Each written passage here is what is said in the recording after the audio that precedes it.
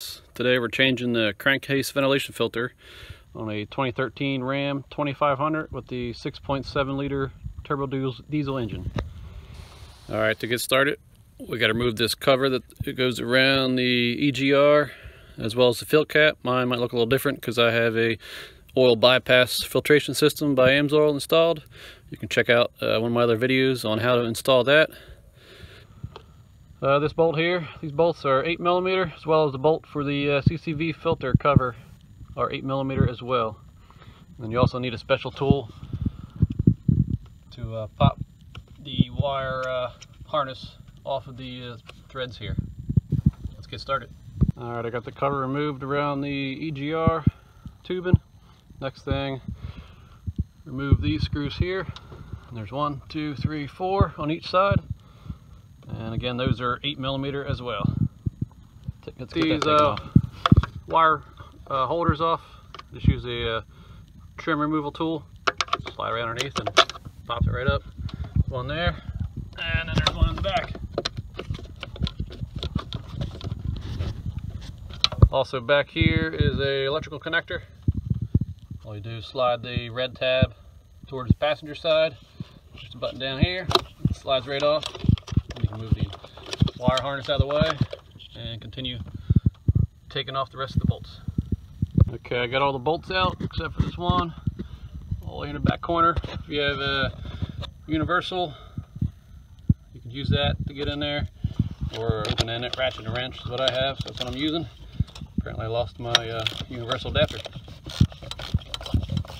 Okay, once you got all the 8 bolts out of the CCV filter cover, you can lift it right off. Just keep in mind you got a couple hoses back here attached, but should be plenty of room to be able to just pick it up and move it out of the way. And there's the filter down there. Once you get it up, you can just pull the filter up.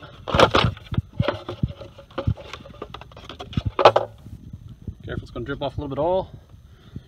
And there's the old one. I'll show you the new one here in a minute. You can kind of see in there. There's the filter media. Better view down in here. The book recommends for the 2013 about 67,500 miles. So I got a service light. I didn't know what that meant at first because it just said service due. And then I had to look in the book to actually see what kind of service it was because the dash was not telling me anything. Just make sure you check your gasket here also. The filter does not come with a new one. The gasket shouldn't need to be replaced every time. It looks to be in pretty good shape. And we'll grab the new one out of the box and I'll show you that. Alright, here's the new filter. It's Fleet Guard for Cummins.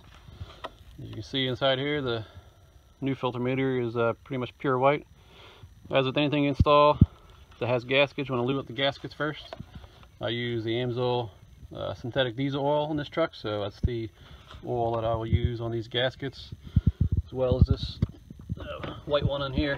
I'll just put a little bit of oil on that just to make sure it's lubed up before we install the new filter.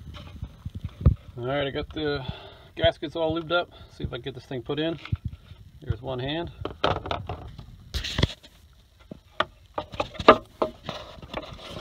Basically just slides right down in place. Make sure you press firmly so the tubes on the bottom get connected and the gaskets are firmly seated. And then just put everything back on, slide it back into place. Make sure your wire harness in the back is not being pinched underneath. And then we'll reinstall the screws. Just remember the 2 with the studs on the back, or these back 2 on the passenger side.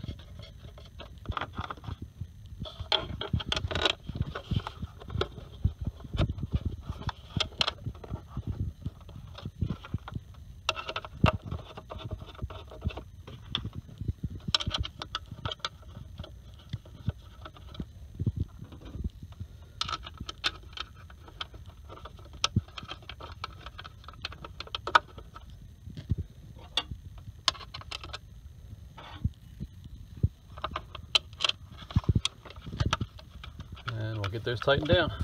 Alright, got the 8 bolts back on the cover. Get to slide the wire holders back down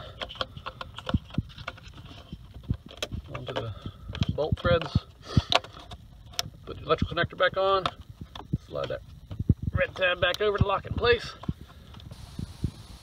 Alright, once you get all that hooked up, remember to put your oil fill cap back on and put this dipstick back in.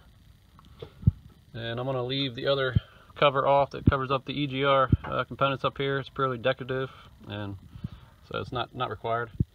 And next I'll show you how to reset that perform service message that's on the dash. Alright, real quick, it's easy to reset the perform service message.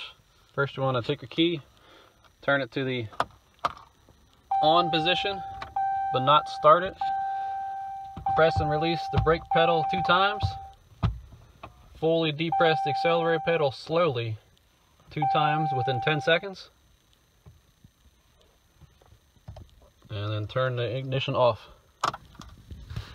Alright, now that we reset the perform service message, go ahead and start the motor.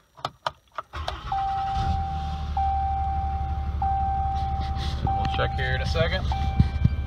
The only message I should be showing is for my TPMS, and there's that one is, because one of my sensors is bad.